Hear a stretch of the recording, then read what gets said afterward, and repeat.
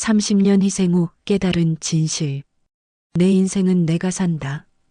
바람이 선선한 어느 가을, 서울 외곽의 작은 동네, 골목 모퉁이에서 분식집을 시작한 한 여인이 있었습니다. 박영숙, 당시 40세.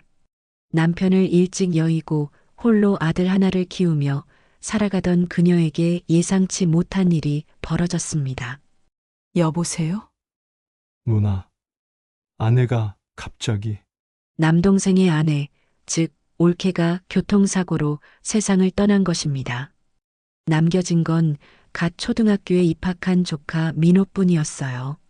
누나, 나 혼자서는 민호를 키울 자신이 없어. 회사 일도 바쁘고 그럼 민호를 우리 집으로 데려와. 박 여사는 주저하지 않았습니다. 이미 자신의 아들 하나 키우기도 빠듯한 살림이었지만 혈육을 외면할 수는 없었거든요. 하지만 현실은 녹록지 않았습니다. 분식집 매출로는 아이 둘 키우기가 벅찰. 당시 박 여사의 분식집 일매출은 15만 원 정도, 월세 30만 원의 생활비, 두 아이 학비까지 매일이 빠듯했어요.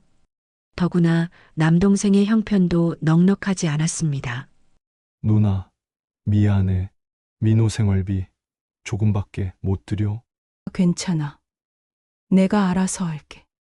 남동생이 주는 월 20만 원으로는 아이 하나 키우기도 부족했지만 박 여사는 불평 한마디 없이 받아들였습니다.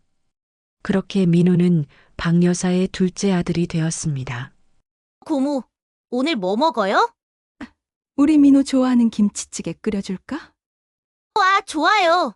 박 여사는 친아들과 조카를 똑같이 대했습니다. 아니, 어쩌면 더 세심하게 챙겼을지도 모르겠어요. 이 아이는 엄마가 없으니까 내가 2배로 사랑해줘야 해. 그러나 두 아이를 키우기 위해서는 더 많은 돈이 필요했습니다. 여보세요? 새벽 4시부터 시장에서 일할 사람 구한다고 하셨죠? 분식집 일에 더해 새벽 시장 일까지 시작했습니다. 하루 3, 4시간밖에 잠을 자지 못했지만 아이들을 위해서라면 견딜 수 있었어요. 이렇게 10년이 흘렀습니다. 민호는 고등학교에 진학했고 박 여사의 친아들은 이미 대학생이 되어 있었어요. 고모, 저도 대학교 가고 싶어요. 그럼 가야지. 열심히 공부해. 그런데 우리 아빠가 등록금이 없다고. 그때도 박 여사는 주저하지 않았습니다. 걱정 마. 고모가 다 해줄게. 대학 등록금 연 400만 원. 박 여사에게는 결코 작은 돈이 아니었지만 민호의 미래를 위해서라면 아무것도 아까울 게 없었어요. 사실 그 돈을 마련하기 위해 박 여사는 큰 희생을 했습니다. 적금을 해지하고 싶어요. 아직 만기가 2년 남았는데 중도 해지하시면 이자가. 괜찮아요. 급하게 돈이 필요해서. 자신의 노후를 위해 차곡차곡 모아둔 적금을 모두 해지했습니다. 그렇게 모은 돈으로 민호의 대학 등록금을 냈어요. 고모, 정말 감사해요. 뭐가 고마워. 우리 민호 열심히 공부해서 훌륭한 사람 되는 게 고모한테는 제일 큰 선물이야. 그렇게 또 4년이 흘렀습니다. 민호는 대학교 4학년이 되었고 더 큰 꿈을 품게 되었어요. 고모, 제가 미국 유학을 가고 싶어요. 유학? 유학 가면 나중에 더 좋은 회사에 취직할 수 있대요. 유학비는 2년간 1억 원이 넘는 큰 돈이었습니다. 하지만 박 여사는 이번에도 포기하지 않았어요. 좋아, 가자. 분식집을 담보로 대출을 받았습니다. 30년간 운영해온 가게를 걸고서라도 조카의 미래를 지켜주고 싶었거든요. 내가 아무리 힘들어도 이 아이만큼은 성공시켜야 해. 엄마 없는 서름 겪지 않게. 이렇게 박 여사는 30년간 자신의 모든 것을 조카 민호를 위해 바쳤습니다. 총 투자한 돈만 2억 원이 넘었어요. 과연 이 헌신이 어떤 결실을 맺게 될까요? 화면을 2번 터치하시면 이야기가 계속됩니다. 파릇파릇 새싹이 돋는 봄날, 인천공항 입국장. 2년간의 미국 유학을 마치고 돌아온 민호의 얼굴은 자신감으로 빛났습니다. 고모, 다녀왔습니다. 우리 민호 고생 많았다. 박 여사의 눈에는 벅찬 눈물이 맺혔습니다. 30년간의 헌신이 마침내 결실을 맺는 순간이었거든요. 고모 덕분에 좋은 학교에서 공부하고 왔어요. 이제 좋은 곳에 취직해서 고모한테 보답할게요. 우리 민호가 잘 되는 게 고모한테는 최고야. 그리고 정말로 민호는 6개월 후 대기업에 취직하게 됩니다. 고모, 합격했어요. 대기업에 합격했어요. 정말? 정말이야? 네, 연봉 6천만 원에 시작해요. 그 순간 박 여사는 30년간의 고생이 모두 보상받는 기분이었습니다. 그래. 이 맛에 고생했지. 우리 민호가 이렇게 성공했으니 1년 후 더 큰 기쁨이 찾아왔습니다. 고모, 저 결혼해요. 결혼? 누구랑? 회사 동료인데요. 정말 좋은 사람이에요. 고모도 좋아하실 거예요. 낙엽이 예쁘게 물든 가을, 강남의 한 웨딩홀. 민호의 결혼식이 열렸습니다. 박 여사는 생전 처음으로 한복을 맞춰 입고 결혼식에 참석했어요. 이제 신랑이 감사 인사를 드리겠습니다. 여러분, 오늘 이 자리에 참석해 주셔서 감사합니다. 저에게는 어머니가 두 분 있습니다. 그 순간 박 여사의 가슴이 뛰기 시작했습니다. 한 분은 하늘나라에 계신 친어머니, 그리고 또 한 분은 저를 지금까지 키워주신 작은어머니입니다. 웨딩홀이 조용해졌습니다. 모든 시선이 박 여사에게 집중되었어요.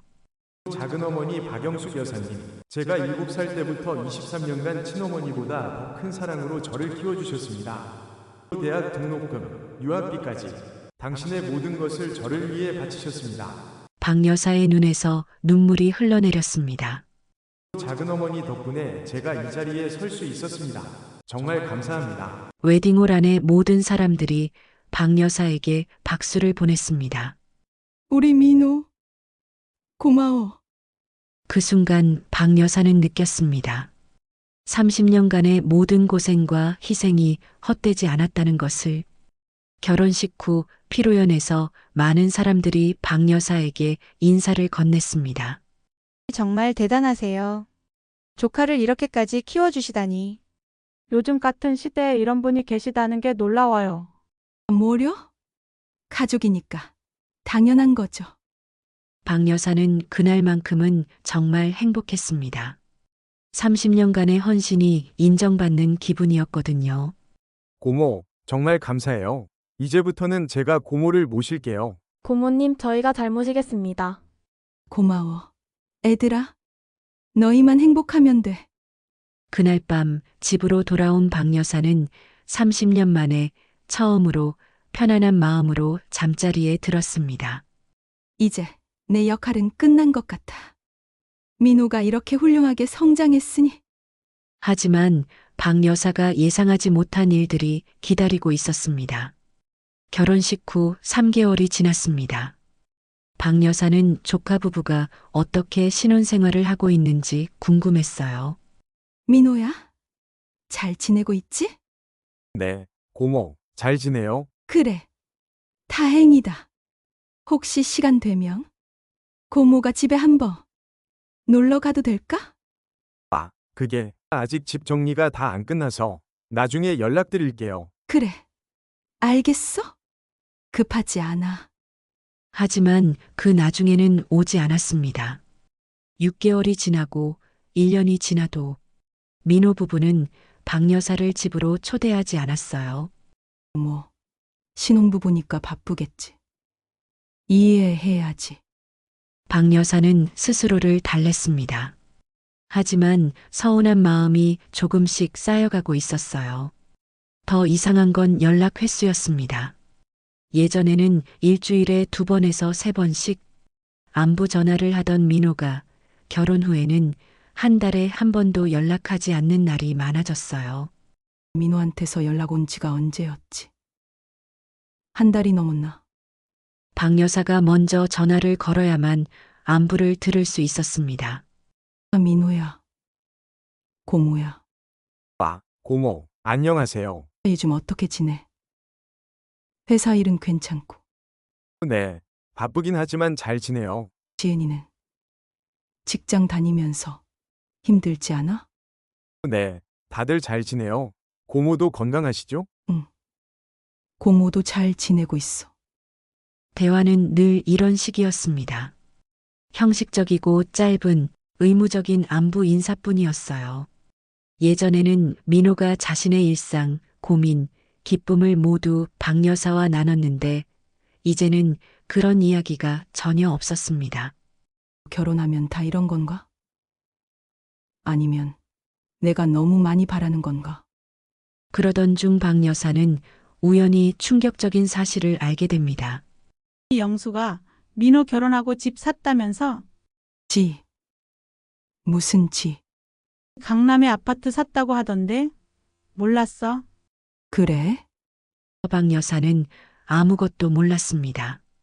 민호가 새 집을 샀다는 것도 이사를 했다는 것도 이런 중요한 일을 나한테는 왜 말 안 했지? 그날 밤 박 여사는 민호에게 전화를 걸었습니다. 민호야. 고모야. 새 집 샀다면서. 그걸 어떻게? 네, 얼마 전에 이사했어요. 그렇구나. 축하한다. 그런데 왜 고모한테는 말 안 했어? 바빠서 깜빡했어요. 죄송해요. 괜찮아. 그런데 집들이는 언제? 고모가 뭐 좀 해갈게. 집들이는 아직 계획이 없어요. 집이 좀 좁아서. 또 핑계였습니다. 박 여사는 점점 자신이 민호의 삶에서 배제되고 있다는 걸 느끼기 시작했어요. 몇 달 후 더 충격적인 소식을 들었습니다. 누나, 민호네 애 가졌대. 민호가. 축하할 일이네. 지은이가 임신했다고 하더라. 언제? 한 달 전쯤? 이번에도 박 여사는 나중에야 소식을 들었습니다. 그것도 민호가 아닌 남동생을 통해서 말이죠. 임신 소식도. 나한테는 말 안 했구나. 박 여사는 급히 민호에게 전화를 걸었습니다. 민호야. 지은이가 임신했다면서? 축하해. 네, 감사해요. 언제쯤 태어나? 고모가 미역국도 끓여주고 싶은데. 아직 초기라서 나중에 말씀드릴게요. 그래. 지은이 몸조리 잘하라고 해. 네, 그럴게요. 통화는 금세 끝났습니다. 30년간 아들처럼 키운 조카의 첫 아이 소식인데 이렇게 덤덤할 수가 있을까요? 뭔가 이상해. 예전의 민호가 아니야. 박 여사는 점점 확신하게 됐습니다. 민호가 의도적으로 자신을 피하고 있다는 것을. 내가 뭘 잘못했을까? 왜 이렇게 멀어지는 거지? 30년간 헌신한 대가가 이런 소외감일 줄은 꿈에도 몰랐습니다. 하지만 박 여사의 시련은 이제 시작에 불과했습니다. 새싹이 파릇파릇 돋아나는 봄, 민호의 첫 아이가 태어났습니다. 아들이었어요. 박 여사는 병원에 달려갔지만 면회 시간도 짧고 신생아실에서 잠깐 보는 것이 전부였습니다. 우리 민호 아들. 정말 이쁘네. 고모님 덕분에 민호가 이렇게 훌륭하게 성장해서 좋은 아빠가 될 수 있을 것 같아요. 그런 말 해주니 고맙네. 애기 이름은 뭘로 지을 거야? 준호라고 지었어요. 좋은 이름이네. 그런데 며칠 후부터 상황이 바뀌기 시작했습니다. 고모, 죄송한데 부탁이 있어요. 뭔데? 지은이가 육아휴직을 쓰긴 했는데 회사에 중요한 회의가 있어서 하루만 나가야 해요. 준호 좀 봐주실 수 있을까요? 하루만요. 그럼. 당연하지. 언제? 이번 토요일에 오전 9시부터 저녁 7시까지요. 박 여사는 주말에 교회 봉사활동 약속이 있었지만 손주를 위해서라면 기꺼이 취소했습니다. 알겠어. 토요일에 갈게. 토요일 오전 박 여사는 민호 집에 갔습니다. 고모님 정말 죄송해요. 급하게 부탁드려서. 아니야. 손주 보는 게 어려운 일이야? 하지만 생후 2개월 된 아기를 10시간 동안 돌보는 일은 70세 노인에게는 결코 쉽지 않았습니다. 어머, 응가를 또 쌌네. 분유는 언제 줬더라? 아기는 3시간마다 울었고, 박 여사는 하루 종일 앉을 시간도 없었어요. 준호야, 할머니 말 좀 들어줘. 저녁 7시 민호 부부가 돌아왔을 때 박 여사는 완전히 지쳐 있었습니다. 고모, 수고하셨어요. 준호 말썽 안 부렸죠? 아니야. 잘 놀았어. 고모님 정말 감사해요. 그런데 저희가 늦어서 죄송해요. 고모님 집까지 태워드릴까요? 아니야. 괜찮아. 버스 타고 갈게. 하루 종일 애 봐주고 왔는데 밥은커녕 물 한 잔도 안 주네. 하지만 이것은 시작에 불과했습니다. 2주 후 또 전화가 왔어요. 고모, 또 죄송한데 지은이가 병원에 가야 해서. 또 준호 봐달라는 거야? 네, 죄송해요. 다른 사람한테 부탁하기도 그렇고. 알겠어. 이번에도 박 여사는 자신의 약속을 취소하고 손주를 봐줬습니다. 그런데 문제는 이런 일이 반복됐다는 거예요. 한 달에 2-3번씩 민호 부부는 박 여사에게 아이 돌봄을 부탁했습니다. 3월 지은이 회사 회식, 4월 민호 출장, 5월 부부 영화 관람, 6월 지은이 친구 결혼식. 이제는 데이트하러 갈 때도 나한테 맡기네. 박 여사의 주말은 온통 손주 돌보기로 채워졌습니다. 자신만의 시간은 점점 사라져갔어요. 권사님, 요즘 봉사활동에 안 나오시네요.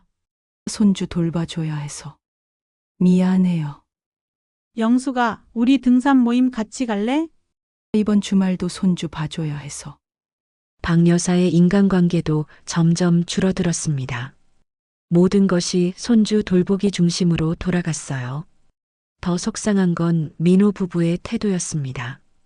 어느 토요일 박 여사가 하루 종일 준호를 돌봐주고 있을 때였어요. 고모님 죄송한데 저희가 좀 늦어질 것 같아요. 얼마나? 2시간 정도요? 민호 친구들이랑 갑자기 저녁 먹기로 해서. 그래. 알겠어. 약속했던 오후 6시가 아니라 밤 9시가 되어서야 민호 부부가 돌아왔어요. 고모, 죄송해요. 오랜만에 만난 친구들이라서. 괜찮아. 하지만 괜찮지 않았습니다. 박 여사는 15시간 동안 쉬지 못하고 아기를 돌봤거든요. 친구들이랑 놀려고. 나를 이용하는 건가? 더 서운한 건 고마움을 제대로 표현하지 않는다는 거였어요. 예전에는 내가 뭘 해주면 고모, 정말 감사해요. 하며 진심으로 고마워했는데. 이제는 당연한 듯이 부탁하고 형식적인 인사만 할 뿐이었어요. 그의 말, 박 여사는 계산해 봤습니다. 1년에 손주 돌본 날이 50일이 넘네. 주말마다 때로는 평일까지 손주를 돌봐줬으니 당연한 결과였어요. 내가 무료 베이비시터가 된 것 같아. 하지만 가장 속상한 건 따로 있었습니다. 어느 날 우연히 들은 민호 부부의 대화였어요. 여보, 이번 주말에 부산 여행 어때? 좋지. 준호는? 고모한테 맡기면 되잖아. 어차피 좋아하시는 것 같고. 그래. 고모랑 얘기해볼게. 박 여사는 충격받았습니다. 어차피 좋아하시는 것 같고라는 말이 가슴에 박혔어요. 내가 좋아해서 하는 줄 아는구나. 힘들어도 참고 해주는 건 모르고. 그날 밤 박 여사는 처음으로 민호의 부탁을 거절하고 싶어졌습니다. 고모, 이번 주말에 하루만. 민호야. 네? 아니야. 알겠어. 결국 거절하지 못했습니다. 30년간 키운 조카를 실망시킬 수는 없었거든요. 언제까지 이렇게 살아야 하나. 박 여사는 점점 지쳐갔습니다. 하지만 더 큰 충격이 기다리고 있었어요. 박 여사의 70번째 생일이었습니다. 70세라는 것은 특별한 의미가 있었어요. 고이 예로부터 70살까지 사는 것이 드물다고 하던 나이였거든요. 벌써 70이네. 세월 참 빠르다. 박 여사는 은근히 기대하고 있었습니다. 민호가 축하해 줄 거라고, 아니면 적어도 안부라도 물어볼 거라고. 오전 8시 아침 일찍 민호에게서 전화가 올까봐 휴대폰을 확인했지만 아무것도 없었어요. 아직 이르니까. 점심때쯤 연락 오겠지. 오전 10시 분식집 문을 열면서도 휴대폰을 확인했습니다. 점심시간이 지났습니다. 시간은 흘러갔지만 민호에게서는 아무 연락이 없었어요. 영숙이 오늘 생일이지? 축하해. 고마워. 민호는 뭐 해준다고 해? 아직. 바쁠 거야. 박 여사는 민호를 감쌌습니다. 하지만 마음속으로는 점점 서운해지고 있었어요. 오후 6시 분식집 문을 닫고 집으로 돌아갔습니다. 설마 깜빡한 건 아니겠지. 저녁 7시가 되었습니다. 박 여사는 혼자 간단히 저녁을 해먹으면서도 계속 휴대폰을 확인했어요. 밤이 깊어갔지만 민호에게서는 연락이 없었습니다. 정말 깜빡한 건가? 아니면 바빠서 못한 건가? 밤 10시쯤 박 여사는 참다 못해 민호에게 직접 전화를 걸었습니다. 네, 고모. 뭐 하고 있었어? 집에서 TV 보고 있었어요. 왜요? 아니야. 그냥 박 여사는 오늘 내 생일인데라는 말이 목 끝까지 올라왔지만 차마 하지 못했어요. 별일 없이 지내고 있지. 네, 별일 없어요. 고모도요? 고모도. 고모 준호가 울어서 가봐야겠어요. 그래. 안녕. 통화가 끝났습니다. 민호는 끝까지 생일을 축하하지 않았어요. 정말 잊었구나. 그날 밤 박 여사는 70년 인생 중 가장 외로운 생일을 보냈습니다. 하지만 다음 날 더 큰 상처가 기다리고 있었어요. 박영숙님 맞으시죠? 택배 왔습니다. 택배. 상자를 열어보니 작은 케이크 하나와 편지가 들어 있었어요. 고모, 어제가 생신이셨죠? 늦어서 죄송해요. 저희가 너무 바빠서 직접 못 가고 택배로 보냅니다. 생신 축하드려요. 민호, 지은. 박 여사는 편지를 보고 더 큰 충격을 받았습니다. 생일을 알고 있었으면서. 왜 어제는? 민호는 생일을 깜빡한 게 아니었어요. 알고 있었지만 축하 인사조차 하지 않은 거였습니다. 택배로 케이크를 보내면 끝인가? 전화 한 통화가 그렇게 어려웠나? 30년간 민호를 위해 헌신했던 모든 순간들이 주마등처럼 지나갔어요. 초등학교 입학식 때 손잡고 갔던 것, 대학 합격했다고 기뻐하던 것, 유학 떠날 때 공항까지 배웅 갔던 것. 그 모든 순간들이 이제는 남의 일처럼 느껴졌어요. 내가 이렇게 쉽게 잊혀질 사람이었나? 케이크를 보니 더 서러웠습니다. 70세 생일 케이크를 혼자 먹어야 한다는 현실이. 70년을 살았는데 이렇게 외로울 줄은 몰랐어? 그날 이후 박 여사는 확신하게 됐습니다. 내가 착각했구나. 민호에게 나는 가족이 아니라 그냥 편리한 존재일 뿐이야. 하지만 더 결정적인 깨달음은 며칠 후에 찾아왔습니다. 생일 사건 후 일주일이 지났습니다. 박 여사는 며칠간 우울한 마음을 달래려고 노력했어요. 그래도 가족이니까 이해해야지. 하지만 그 이해는 오래가지 못했습니다. 고모, 안녕하세요. 민호야. 고모, 죄송한데 이번 주말에 준호 좀 봐주실 수 있을까요? 또? 지은이 동생 결혼식이 있어서 하루 종일 나가야 해요. 박 여사는 순간 말문이 막혔습니다. 생일도 축하하지 않은 조카가 일주일 후에 또 부탁을 하고 있는 거였어요. 민호야. 네? 지난주가 고모 생일이었는데 기억하지? 아, 네, 기억해요. 택배로 케이크 보냈잖아요. 케이크를 보내면 끝인가?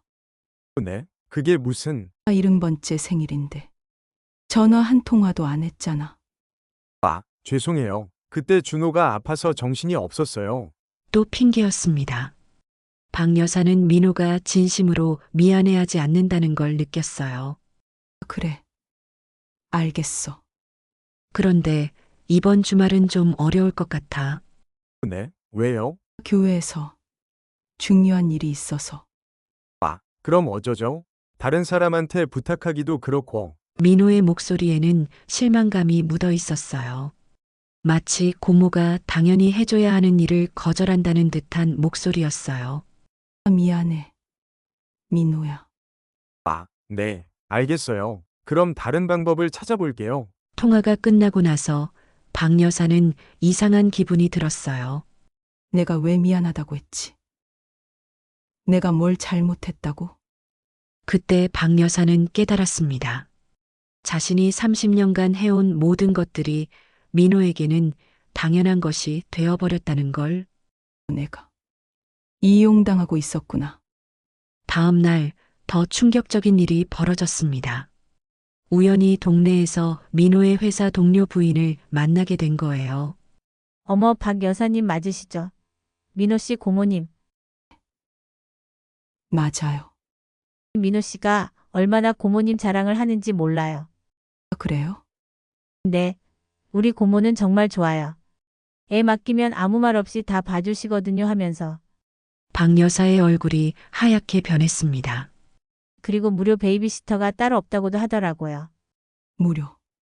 베이비시터요? 네. 다들 부러워해요. 그런 고모님이 계셔서. 박 여사는 더 이상 대화를 이어갈 수 없었습니다. 네. 저는 이만.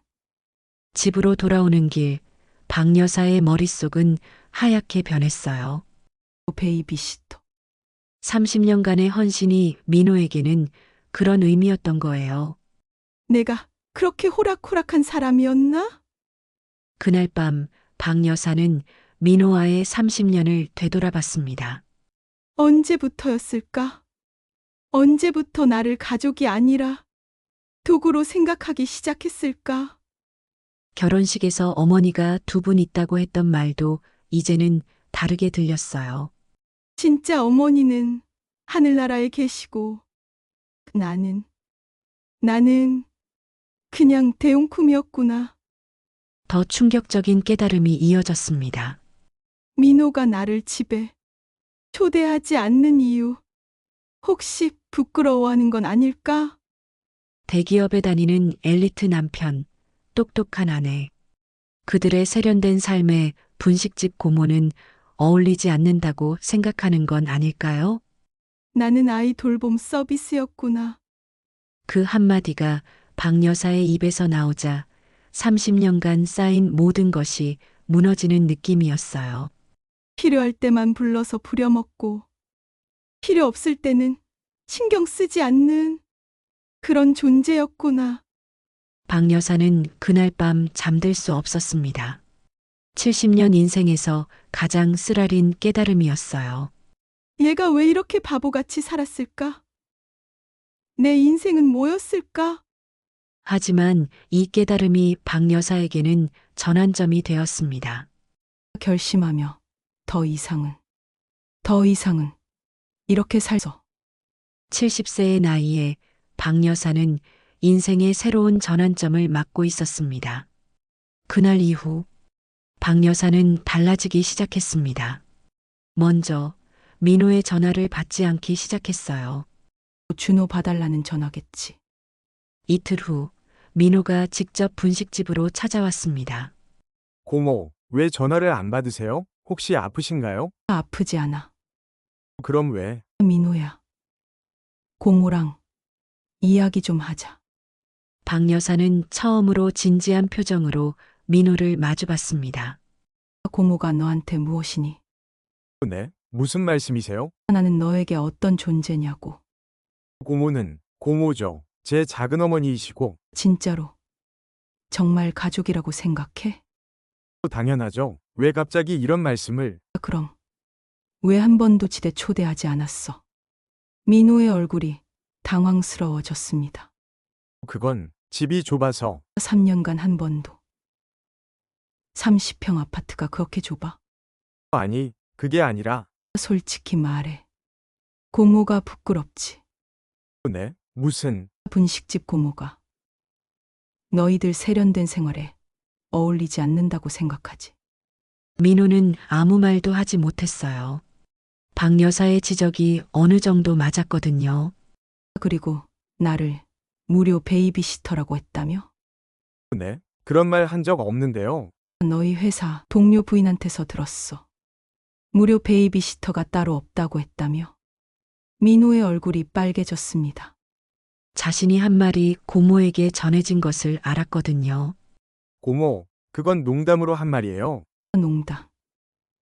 30년 키워준 고모를 두고 그런 농담을 해? 박 여사의 목소리가 떨렸습니다. 30년간 참았던 서운함이 터져나오는 순간이었어요. 내가 7살 때부터 너를 키웠지. 내 아들과 똑같이. 대학 등록금, 유학비까지 내 전 재산을 다 쏟아부었어. 분식집을 담보로 대출까지 받아서 너 유학 보냈어. 고모, 그런데 결혼하고 나서는 어때? 필요할 때만 불러서 아이 돌보게 하고 70번째 생일도 축하 인사 한마디 없이 택배로 케이크나 보내고. 민호는 고개를 숙이고 있었어요. 반박할 말이 없었거든요. 나는 가족이 아니라 그냥 편리한 도구였구나. 고모, 그런 게 아니에요. 그럼 뭐야? 지난 3년간 나를 어떻게 대했는지 모르겠어. 박 여사가 30년 만에 처음으로 민호에게 화를 냈습니다. 내 인생이 뭐니? 뭐만 뒷바라지하다가 끝나는 인생이야. 고모, 죄송해요. 제가 정말 잘못했어요. 미안하다고 해서 끝나는 게 아니야. 박 여사는 결심한 표정으로 말했습니다. 이제는 내 삶을 살 거야. 네? 10년간 너를 위해 미뤄뒀던 내 인생을 찾을 거야. 박 여사 분식집 정리하고 평생 하고 싶었던 일들을 할 거야. 고모, 갑자기 왜 이러세요? 갑자기가 아니야. 70년을 살면서 처음으로 내가 누군지 깨달은 거야. 그때 박 여사는 서랍에서 낡은 수첩을 꺼냈습니다. 이거 뭔지 알아? 20년 전에 쓴 내 버킷리스트야. 전국 여행, 요리 배우기, 독서 모임 참여, 봉사활동. 다 너 때문에 못했어. 너 키우느라. 너 뒷바라지하느라. 고모, 제가 그런 걸 하지 말라고 한 적 없잖아요. 그래. 내가 막은 건 아니지. 하지만 너를 우선순위로 두다 보니 내 일은 항상 뒤로 밀렸어. 박 여사의 목소리에는 30년간의 한이 담겨 있었어요. 이제는 내 차례야. 나를 위해 살 시간이야. 그럼 저희는 어떻게 해요? 너희는 다 큰 어른이잖아. 스스로 해결해. 하지만 준호는 준호는 너희 아들이야. 내 아들이 아니라. 그 말을 하는 박 여사의 표정은 단호했습니다. 30년간 너를 내 아들처럼 키웠지만 너는 나를 어머니로 생각한 적이 없잖아. 그럼 이제 나도 선을 긋겠어. 고모, 앞으로는 부탁하지 마. 난 더 이상 무료 베이비시터 안 해. 민호는 아무 말도 하지 못하고 분식집을 나갔습니다. 그날 밤 박 여사는 평생 처음으로 해방감을 느꼈어요. 이제야 내 인생이 시작되는구나. 다음 날부터 박 여사는 본격적인 변화를 시작했습니다. 여보세요. 분식집 정리하려고 하는데 상담받을 수 있을까요? 30년간 운영했던 분식집을 정리하기로 한 것입니다. 이제는 정말로 내 삶을 살아야지. 박 여사의 두 번째 인생이 시작되고 있었습니다. 박 여사는 정말로 분식집을 정리했습니다. 30년간의 추억이 담긴 가게를 떠나는 일은 쉽지 않았지만 새로운 시작을 위해 필요한 결단이었어요. 그동안 고생 많았다. 분식집 매각 대금과 모아둔 돈으로 박 여사는 평생 꿈꿔왔던 전국 여행을 계획했습니다. 어르신 혼자 여행하시는 거예요? 네. 혼자요. 보통 이 연세에는 가족과 함께. 혼자가 편해요. 아무도 눈치 볼 필요 없이. 첫 번째 여행지는 제주도였습니다. 70년을 살면서 한 번도 가보지 못했던 곳이었어요. 그동안은 분식집 때문에, 민호 때문에 여행 한 번 제대로 가지 못했거든요. 비행기에 앉은 박 여사, 창밖 풍경을 바라보는 얼굴에는 30년 만에 처음 보는 밝은 미소가 떠올랐습니다. 이런 기분이구나. 자유롭다는 게. 제주도에서 3박 4일을 보내는 동안 박 여사는 처음으로 자신만을 위한 시간을 가졌어요. 바다가 이렇게 넓고 아름다운 줄 몰랐네. 한라산 등반도 했고 성산 일출봉에서 일출도 봤어요. 70세의 나이에도 할 수 있는 일이 많다는 걸 깨달았습니다. 여행 중에 민호에게서 몇 번 전화가 왔지만 박 여사는 받지 않았어요. 이제는 내 시간이야. 제주도 여행을 마치고 돌아온 후 박 여사는 또 다른 도전을 시작했습니다.